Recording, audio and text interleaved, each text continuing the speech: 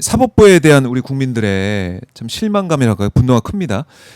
윤석열 1심 무기징역 선고가 나왔는데 그 지기현 판사 판결문을 읽는 걸 저도 여기서 방송에서 쭉 처음부터 끝까지 봤는데 드라마틱했어요. 뭐 역사 얘기도 하고 했는데 결국 비교적 고령이야, 초범이야.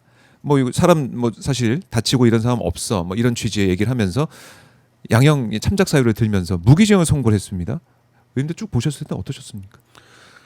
당연히 이제 사형이 선고돼야 되는 게 맞습니다. 그게 왜 사형이 선고돼야 되냐면 법정형이 사형과 무기징역뿐이잖아요. 그렇죠. 판사가 선택할 수 있는 것은 사형 내지 사형 아니면 무기징역이에요. 예. 무기징역을 선택을 했는데 내란 사건은 내란이 성공하면 처벌을 못해요.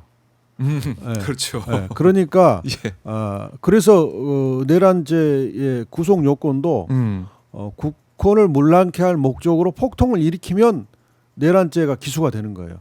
폭동을 일으켜서 내란 성공해가지고 정권을 잡았는지 여부는 묻질 않아요. 정권을 잡으면 처벌을 못하니까. 그렇네요. 전두환도 80년에 전국의 비상계엄 확대해가지고 내란을 일으켰잖아요. 네. 전두환 노태우 시절은 처벌을 못했어요. 김영삼 대통령 때 처벌이 됐는데 그렇죠. 1990년. 그때도 김영삼 대통령 때도 처음에는 검찰이 성공한 쿠데타는 처벌 못한다. 라는 기이한 법리를 맞아요. 내세워가지고 공소권 없음 결정을 했어요. 그랬다가 그 후에 전국 상황이 바뀌니까 김영삼 대통령이 결심을 해가지고 처벌을 한 거거든요. 이만큼 어려워요.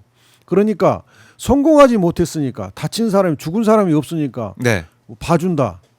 얕게 처벌해야 한다. 이것은 말이 안 되는 거예요.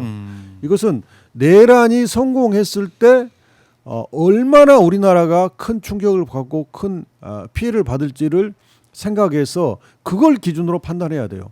만약에 내란이 성공했으면 우리는 다시 80년대 초반의 나라로 추락할 거예요. 그렇죠. 국민의 기본권도 그렇게 추락할 거고 기본권 보장도 추락할 거고 국가 경제도 그렇게 추락할 거예요. 네. $10,000 초반으로 다시 추락할 겁니다. 그러면 이게 우리 국민한테 얼마나 큰 충격을 주는 거예요. 그게 당연히 사형이 맞아요. 그러면 양형 사유로서 유일한 양형 사유는 반성하는지 여부인데 반성하는지 여부. 반성을 안 하잖아요. 없었죠. 예. 그러면 당연히 없었죠. 사형을 선택해야죠. 또 다시는 이 땅에서 내란이 발생하지 않도록 하기 위해서는 네. 그걸 형법적으로는 일반 예방 효과라고 그래요. 일반 예방 효과를 위해서도 사형이 맞아요. 네. 유일하게 무기징역을 선택할 수 있는 길은 반성이었는데 윤석열은 끝까지 반성 안 했잖아요. 그러면 사형을 선고해야 되는 거예요. 그거밖에 없네요. 선택지가. 그거밖에 없는 사건인데 예. 그런데 무슨 고령이다, 뭐 계획이 치밀하지 않았다, 뭐 이런 등등의 사실 뭐 사유를 초범 드는 얘기도 것은 하면서 그 양형 사유가 설득력이 전혀 없다는 거예요. 주기현 판사 끝까지 이렇게 하고 지금 떠난 상황이 됐죠. 그러다 보니까 특검에서는 뭐 항소하겠다, 뭐 격앙된 분위기로 회의를 진행하고 결국 결과는 항소하겠다라고 얘기를 했는데 이거 바로 잡힐 수 있겠습니까? 항소심에서 어떻게 보세요? 저는 바로 잡힐 수 있다고 봅니다. 이제 윤석열의 성격상 저걸 본인이 반성한다고 그렇게 나올 사람도 아니고요. 그러면 이제 2심에서는 1심의 양형 사유가 옳은지 그른지를 판단을 해야 되잖아요. 그렇죠. 근데 1심이 낸 양형 사유가 틀렸잖아요. 그러면 1심의 양형 사유가 틀렸다라고 결론이 도달하면 네. 2심의 양형은 사형으로 갈 수밖에 없어요. 그렇네요. 그래서 저는 예. 사형으로 선고될 가능성이 꽤 높다라고 생각합니다. 우리가 일반적으로는 그런 생각하잖아요. 1심이 제일 세고 2심은 조금 형량이 줄어들고 이렇게 하면서 좀 약해지는 그런 걸 많이 봐왔는데 이번엔 다를 수 있다 이렇게. 또구나 2심은 이제 내란 전담 재판부가 구성이 되니까 네. 내란 사건의 특성, 중대성을 충분히 고려해서 선고할 수밖에 없을 겁니다. 그리고 이번에 주기현 재판부가 노상원 수첩 사실상 배제한 거 아니겠습니까? 그 내용. 그래서 2024년 12월 1일에 그때 이제 이 내란을 즉흥적으로 생각해서 뭐 계획적이 아니었다 이렇게 얘기하면서 그것도 뭐 이틀 전에 그 생각을 해가지고 내란을 했다. 뭐 이런 생각을 판단한 것 같아요. 이거 어떻게 보셨습니까? 그 부분도 이제 2심에서 시정을 해야죠. 이제 그런 게 우리가 도저히 납득할 수 없는 판시 부분은 특검이 적극적으로 2심에 가서 잘못을 지적을 하고 또 필요한 증거는 더 내고 그렇게 해야겠죠. 노상원 수첩을 그냥 아무것도 아닌 것처럼 이제 보고 있다. 이제 이해가 안 되고. 그러니까 이제 2차 종합 특검에서 예. 노상원 수첩에 대해서 다시 한번 살펴보지 않겠습니까? 그렇죠. 거기에서 추가해서 무슨 추가 증거가 나오면 또 2심 재판에 추가로 제출하고 네. 그런 활동이 필요할 것 같습니다. 그래요. 신원식 참고로 신원식 전 국가안보실장도 어제 재판에 나와가지고 2024년 3월 삼청동 안가 모임에서 윤석열이 비상조치를 언급했다. 거듭 이렇게 증언을 또 하고 있습니다. 근데 마치 이제 2024년 12월 1일에 모든 게 다 결정이 된 것 같은 그런 얘기를 주기현 판사가 했다. 참 받아들일 수 없는 그런 일들이 나오고 있고 그러다 보니까 이 사법 개혁이 중요하다. 예. 이제 법사위에서도 논의를 해서 이제 본회의를 앞두고 있는 그런 상황이 됐는데 조희대 대법원장은 끝까지 이거 이제 국민들 물어봐야 되니까 개헌이 필요하다 이런 취지. 사실상 국회 이런 입법 움직임에 대해서 반대 입장을 내고 있거든요. 이건 어떻게 예. 보셨습니까? 그 이제 의총에서 저희가 이번 국회에 통과시키기로 합의를 한 법이 이제 법외국제법, 네. 그다음에 대법관 증언법, 증언법. 그다음 재판소원법 세 네. 개인데요. 공교롭게도 제가 이 세 법에 다 관여가 돼 있습니다. 아 그래요? 법외국제는 제가 22대 국회의원 중에 제일 먼저 이 법안을 냈어요. 네.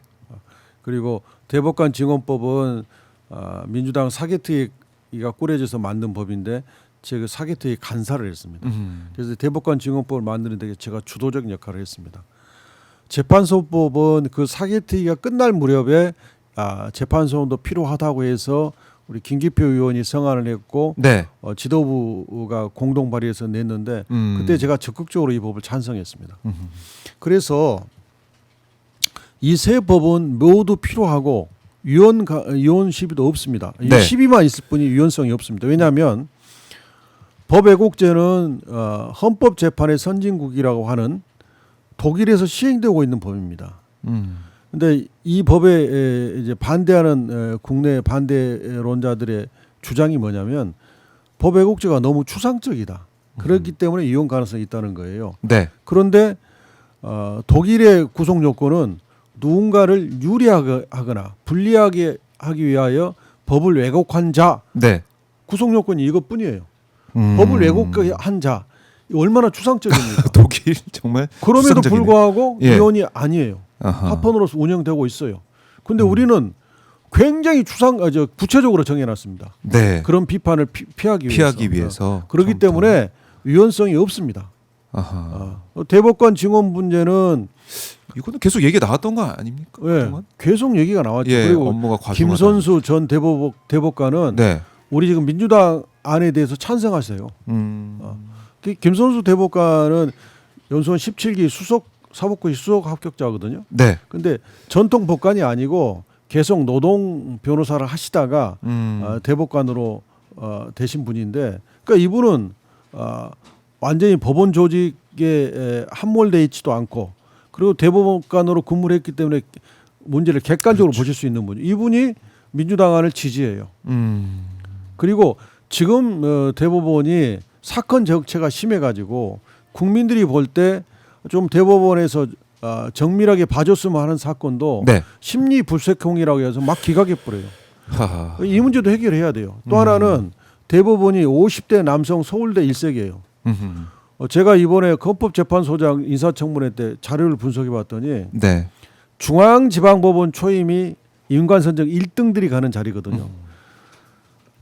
10년 동안 통계를 봤더니 대법관 46%가 중앙지방법원 초임이에요.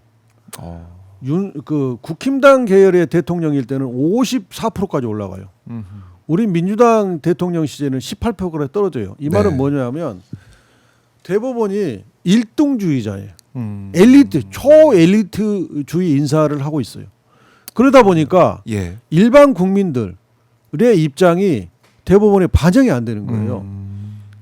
괴리가 있군요. 네, 이런 문제를 해결하기 위해서는 대법관의 증언이 반드시 필요합니다. 재판소원도 룰라 대통령 저 사례를 다시 한번 네, 말씀드리면 브라질 대통령. 2심까지 룰라 대통령이 네. 실형 선고를 받았는데 음흠. 거기 연방 대법원에서 그 2심 판결을 취소시켜 버렸어요. 근데 연방 대법원이 우리나라의 헌법재판소 역할도 겸하고 있대요. 네. 그러니까 우리나라로 말하면 헌법재판소가 그 2심 판결 취소시켜 버린 거예요. 그러니까 우리 대법원이 예. 우리 대법원이 헌법과 법률을 위반해서 잘못 판결해서 기본권을 침해했을 때 현재는 구제 수단이 없어요. 없죠. 끝이죠. 거기에 대해서는 우리 헌법재판소가 판결에 대해서 그런 문제에 대해서는 다시 판단할 수 있는 기회를 열어줘야 돼요. 네. 이렇습니다. 법률이 위헌일 때는 헌법소원에서 위헌법률 심판이 돼서 법률이 무효화돼요. 행정부가 내린 처분이 기본권을 침해했을 때는 헌법소원에서 역시 그것도 무효화돼요. 헌법재판. 근데 예. 법원의 판결이 헌법을 위반해서 기본권을 침해했을 때는 봐주고 있어요. 그러니까 이것은 예. 특혜예요. 법원에 대한 특혜입니다. 헌법재판소법에 의해서 법원에 대해 특혜를 베풀고 있는 거예요. 네. 이제 이 문제는 해결해야 되고 또 하나는 헌법재판소가 어떤 법률을 이렇게 해석하면 위헌이니까 그렇게 해석은 안 된다고 결정을 했는데 법원은 지금 뭐라고 하냐면 법 해석권은 대법원이 최종심으로서 전속적 권한을 가지고 있다. 그래서 헌법재판소 법 해석과 달리 법을 해석하고 있어요. 한 법을 두고 양기관이 달리 해석해서 지금 충돌하고 있어요. 이 문제를 최종적으로 해결하기 위해서는 재판소원법이 필요한 거예요. 그래서 세 법 다 필요한데 대법원은 과거에 양승태 대법원장 시절에 사법농단 사건이 벌어졌을 때 네. 그때도 사법개혁법이 법안이 국회에 제출됐어요. 그때도 대법원이 심도 있는 검토가 필요하다, 위헌이다 해가지고 무산돼 버렸어요. 무산돼 버렸죠. 이번에도 그렇게 무산되면 대한민국에서는 영원히 사법개혁은 불가능한 국가가 됩니다. 네. 이번에 반드시 이 법을 통과시켜야 됩니다.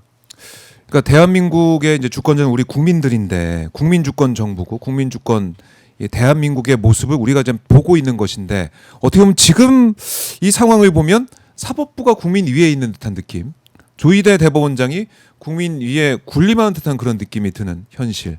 그리고 더구나 예. 조희대 대법원장은 법원 스피커로서의 자격을 상실한 사람이에요. 아니, 조희대 대법원장이 주도해가지고 5월 1일 대선 개입 판결을 내렸는데 그 조희대 대법원장의 민주당에 대해서 뭐라고 하면 우리 민주당 의원들이 그 말을 듣겠습니까? 그렇죠. 그 파기환송심이 다시 한번 떠오릅니다. 그 뭐 6만 쪽, 7만 쪽 되는 자료 정말 그거 진짜 어떻게 된 건가? 참 그렇게 빠르게 판단을 내릴 수 있는 건가? 결국 대선 개입한 거 아닌가? 이런 비판, 비난이 폭주하고 있는데 지금도 이어지고 있는데 조희대 대법원장은 그 자리를 지키고 있다. 이거 자체가 사법부의 신뢰를 갉아먹고 있는 게 아닌가 이런 생각도 들어요. 자, 그래서 이번에는 이번 기회를 놓치면 안 된다라는 그렇습니다. 거고. 예, 이번에 반드시 해야 됩니다. 반드시. 국민의힘은 필리버스터를 또 한다 그래요. 예. 이거는 국민들이 어떻게 볼 것 같습니까? 어떻게 생각하세요? 필리버스터로 이걸 좀 막아보겠다 이런 예, 건데. 국민의힘은 아까 장동혁 대표가 윤석열과의 절연을 못하고 있는 네. 그런 입장 표명을 했습니다. 그건 미친 짓이죠. 음. 그리고 조희대 대법원장이 주도한 5월 1일 그 대선 개입 판결, 그것은 민주당의 집권을 막으려고 한 대선 개입이죠. 그 괴를 같이 하면서 사법개혁을 국민의힘이 막고 있는 겁니다. 네. 그래서 국민의 뜻에 반하는 국민의힘의 이런 행태는 이번 지방선거에서 반드시 국민의 심판을 엄정한 심판을 받을 겁니다. 엄정한 심판을 받을 거다. 알겠습니다.